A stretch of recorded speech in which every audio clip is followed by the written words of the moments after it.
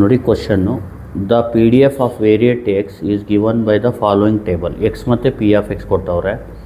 ನೋಡಿ P of X in terms of K ಇದೆ. For what value of K this represents a valid probability distribution. ಅಂದರೆ K value ಏನಿರಬೇಕು ಇದು valid probability distribution ಆಗೋಕ್ಕೆ ಅಂತ ಕೇಳಿದ್ದಾರೆ. Also find P of X greater than or equal to 5 and P of X greater than 3 and less than or equal to 6. ಯಾವ ಥರ ಮಾಡೋದು ನೋಡಿ. For valid probability distribution we must have ಅಂತ ಬರ್ಕೊಳ್ಳಿ. We must have ಉಳಿದ್ರೆ ಸಾಕು. ಇಲ್ಲಿ P of X ಏನಿರಬೇಕು greater than or equal to 0. ಅಂದರೆ ಪಿ ಆಫ್ ಎಕ್ಸು ಇಲ್ಲಾಂದರೆ 0 ಇರಬೇಕು, ಇಲ್ಲಾಂದರೆ ಪಾಸಿಟಿವ್ ಇರಬೇಕು. ಗೊತ್ತಾಗ್ತಿದೆಯಲ್ವಾ? ಫಾರ್ ಆಲ್ ಎಕ್ಸ್ ಆ್ಯಂಡ್ ಮತ್ತು ಪಿ ಆಫ್ ಎಕ್ಸ್ನ ಸಮ್ ಮಾಡಿದ್ರೆ ಆನ್ಸರ್ ಏನು ಬರಬೇಕು? 1 ಬರಬೇಕು. ಇದು condition for valid probability distribution. ಈಗ ದೇರ್ ಫೋರ್ ಅಂತ ಬರ್ಕೊಳ್ಳಿ. ಈಗ P of X greater than or equal to 0 ಇರಬೇಕು ಅಂದರೆ K should be greater than or equal to 0 and summation of P of X is equal to 1. ಅಂದರೆ ಇದನ್ನ add ಮಾಡಿದ್ರೆ 1 ಬರಬೇಕು. ಅಂದರೆ ಏನು ಮಾಡಿದ್ರೆ ನೋಡಿ ಹೆಂಗೆ ಆ್ಯಡ್ ಮಾಡೋದು? K plus 3k plus 5k plus 7k plus 9k plus 11k plus 13k is equal to 1. There implies ಈಗ ನೋಡಿ 1 ಪ್ಲಸ್ 3 4 9 16 16 ಪ್ಲಸ್ 9 25 25 36 ಅಂದರೆ 49 ಆಗುತ್ತೆ. ಇದು 49k ಈಸ್ ಈಕ್ವಲ್ ಟು 1 ಆಗುತ್ತೆ. Implies K is equal to 1/49. ಅಂದರೆ summation of P of X ಮಾಡಿದ್ರೆ 1 ಬರಬೇಕು ಮತ್ತು K should be greater than or equal to 0 ಇರಬೇಕು. ಅಂದರೆ ಕೆ ವ್ಯಾಲ್ಯೂ ಏನಿರುತ್ತೆ therefore K is equal to 1/49. Positive ಇದೆ ಮತ್ತು ಇದರಿಂದ ಕೆನ ಹಾಕಿದಾಗ ಅದೇನಾಗುತ್ತೆ ನಿಮಗೆ ಆನ್ಸರ್ 1 ಬರುತ್ತೆ. ಇದು ನೀವು ಇದು ಆದ ತಕ್ಷಣ ನೀವೇನು ಮಾಡಬೇಕು? ಪ್ರಾಬಿಲಿಟಿ ಡಿಸ್ಟ್ರಿಬ್ಯೂಷನ್ ಬರ್ಕೋಬೋದು. The probability distribution is as follows ಅಂತ ಬರ್ಕೊಳ್ಳಿ. ದ ಪ್ರಾಬಬಿಲಿಟಿ ಡಿಸ್ಟ್ರಿಬ್ಯೂಷನ್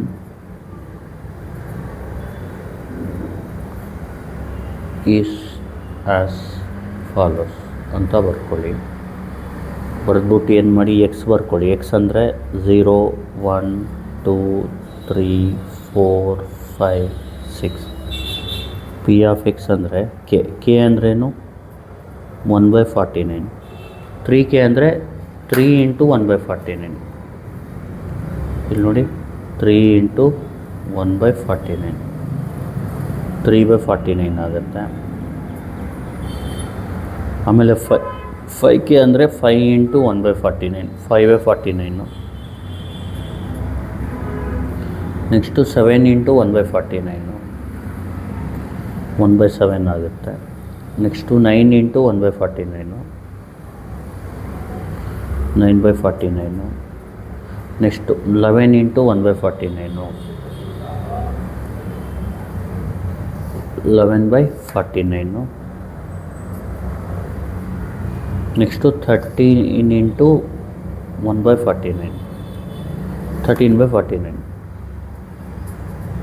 ನೋಡಿ ಇದು ಬರ್ದಾದ್ಮೇಲೆ ಪ್ರಾಬಿಲಿಟಿ ಡಿಸ್ಟ್ರಿಬ್ಯೂಷನ್ ಏನು ಫೈಂಡ್ ಮಾಡೋಕ್ಕೆ ಹೇಳಿದ್ದಾರೆ? Also find P of X greater than or equal to 5. ಈಗ ನೋಡಿ P of X greater than or equal to 5 ಅಂದರೆ ಈ X greater than or equal to 5ಗೆ ಯಾವ ಎಕ್ಸ್ ವ್ಯಾಲ್ಯೂ ಟ್ರೂ ಆಗುತ್ತೆ ನೋಡಿ. ಅಂದರೆ ನೋಡಿ X greater than or equal to 5 ಅಂದರೆ 5 ಮತ್ತು 5ಗಿಂತ ಜಾಸ್ತಿ. ಇಲ್ಲಿ ನೋಡಿ ಇದು 5 ಮತ್ತು 5ಗಿಂತ ಜಾಸ್ತಿ. ಇದೆರಡು 5 ಇರಬೇಕಿಲ್ಲ ಅಂದರೆ 5ಗಿಂತ ಜಾಸ್ತಿ ಇರಬೇಕಂದ್ರೆ 6. ಇದು ನೋಡಿ 5 ಇದೆಯಲ್ವಾ, 5 is greater than or equal to 5 true ಆಗುತ್ತೆ.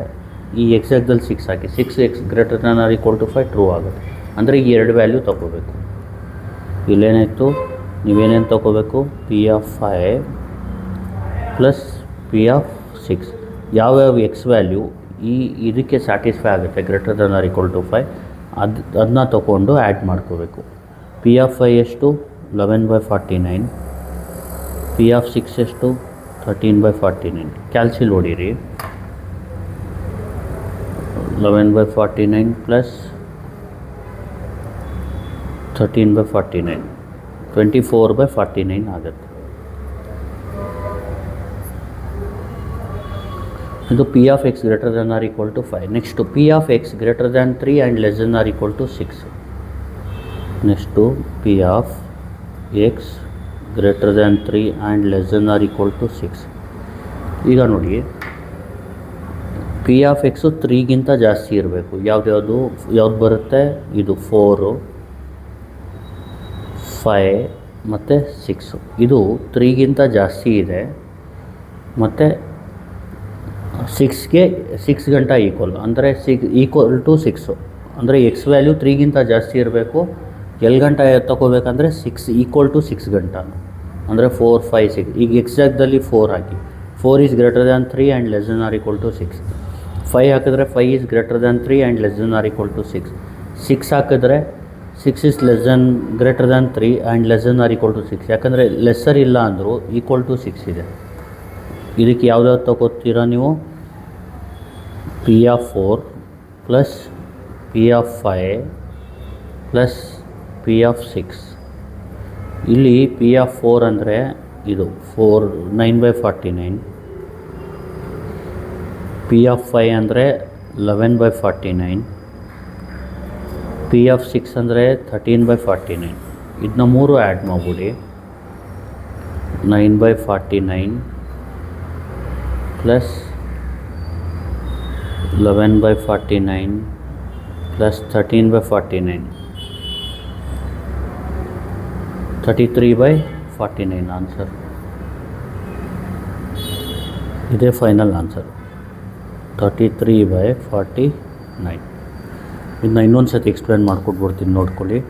ಅವ್ರು ಏನು ಕೇಳಿದ್ದಾರೆ ಅಂದರೆ, find the value of K if the distribution represents the valid probability distribution, and hence find p of x greater than or equal to 5 and p of x greater than 3 and less than or equal to 6. ನಾವೇನು ಮಾಡಬೇಕು? we must have p of x should be greater than or equal to 0. ಯಾಕಂದರೆ valid probability distribution condition ಏನಂದರೆ P of X greater than or equal to 0 ಇರಬೇಕು, ಇನ್ನೊಂದು summation of P of x 1 ಇರಬೇಕು. ಅಂದರೆ ಈ P of X value ಇದೆಯಲ್ವಾ, 0 ಅಥವಾ 0ಗಿಂತ ಜಾಸ್ತಿ ಅಂದರೆ ಪಾಸಿಟಿವ್ ಇರಬೇಕು, ಮತ್ತು ಆ್ಯಡ್ ಮಾಡಿದಾಗ 1 ಬರಬೇಕು. ಆ ಥರ ಕೆ ವ್ಯಾಲ್ಯೂನ ಫೈಂಡ್ ಮಾಡಬೇಕು. K greater than or equal to 0, ಯಾಕಂದರೆ P of X greater than or equal to 0 ಇರೋದ್ರಿಂದ k should be greater than or equal to 0. And add ಮಾಡಿದ್ರೆ 1 ಆಗೋದ್ರಿಂದ ಇದನ್ನ ಆ್ಯಡ್ ಮಾಡಿ 1, ಇದು 49k ಆಗುತ್ತೆ. ಕೆ 1/49 ಆಗುತ್ತೆ. ದೇರ್ಫೋರ್ ಕೆ ಅಂತ ಬರ್ಕೋಬಿಡಿ. K is 1/49. The probability distribution is as follows ಅಂತ ಬರೆದು ಎಕ್ಸ್ ವ್ಯಾಲ್ಯೂ ಬರ್ಕೊಳ್ಳಿ. ಪಿ ಆಫ್ ಎಕ್ಸು ಇಲ್ಲಿ ಕೆ ಜಾಗದಲ್ಲಿ ವ್ಯಾಲ್ಯೂ ಸಬ್ಸ್ಟಿಟ್ಯೂಟ್ ಮಾಡಿ ಕ್ಯಾಲ್ಸಿಯಲ್ಲಿ ಮಲ್ಟಿಪ್ಲೈ ಮಾಡಿ ಬರ್ಕೊಬಿಡಿ.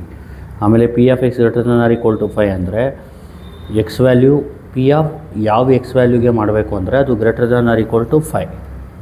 Greater than or equal to 5 ಅಂದರೆ 5 ಮತ್ತು 5ಗಿಂತ ಜಾಸ್ತಿ ಇರೋ ಎಕ್ಸ್ ವ್ಯಾಲ್ಯೂನ ತೊಗೋಬೇಕು. ಅದೆರಡು ಪ್ಲಸ್ ಮಾಡ್ಕೋಬೇಕು. ಇದು ಆನ್ಸರ್. ಇಲ್ಲಿ P of X greater than 3 and less than or equal to 6. X greater than 3 ಅಂದರೆ 4, 5, 6 ಈಕ್ವಲ್ ಟು 6 ಗಂಟ ತೊಗೋಬೇಕು. ಆಮೇಲೆ ಮಾಡಿದ್ರೆ ಇದು ಆನ್ಸರ್ ಬರುತ್ತೆ. Thank you. Please like, share and subscribe.